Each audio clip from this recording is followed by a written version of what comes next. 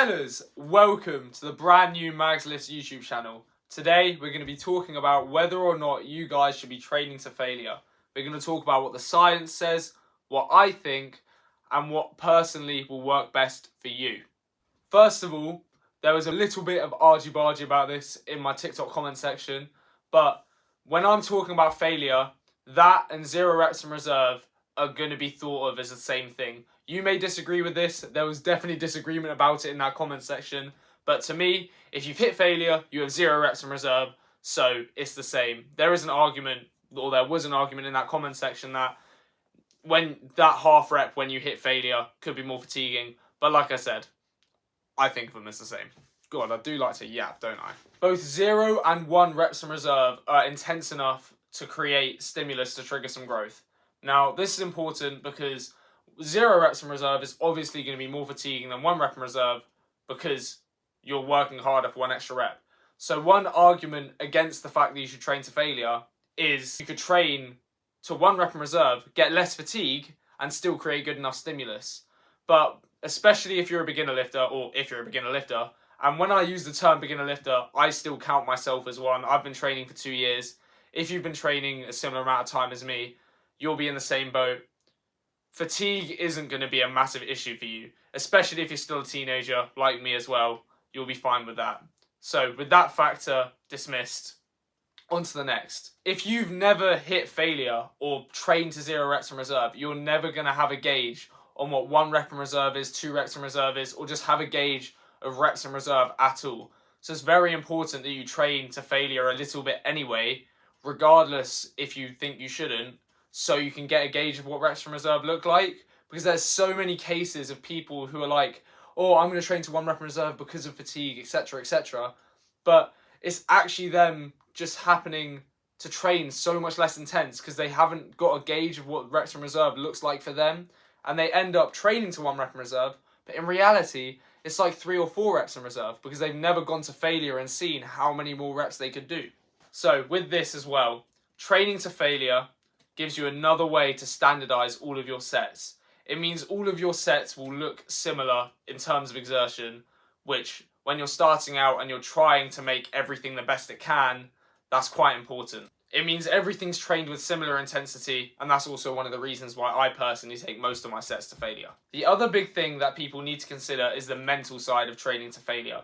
If you've had a long day, you've been a bit emotional, whatever reason, going into the gym and taking all of your anger out on the weights, that feeling is incredible. And that's one of the other reasons I train to failure. Especially when I first started lifting, going to the gym and using it as an escape from reality was just amazing. Easily the best gym era of my 2 years so far. The other thing is, a lot of people don't know what 0 reps in reserve actually looks like. Yes, we talked about one.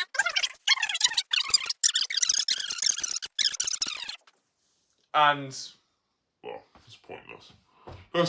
We're scrapping out, we'll do it again. So, the last thing is, I want to elaborate on what 0 reps in reserve actually is. I made this mistake a lot, is I'd go to failure and I'd think, oh, I haven't actually hit failure yet. I'll do some partials and cheat reps. What failure is not being able to complete another full rep. Now I've put that into my training, it's so much easier to standardize everything as well. But also, those extra partials and cheat reps aren't actually doing anything. You're just going to make yourself more fatigued for no reason. You're going to make your later sets in the session, they'll be impacted by that if you're training that muscle group again in that session.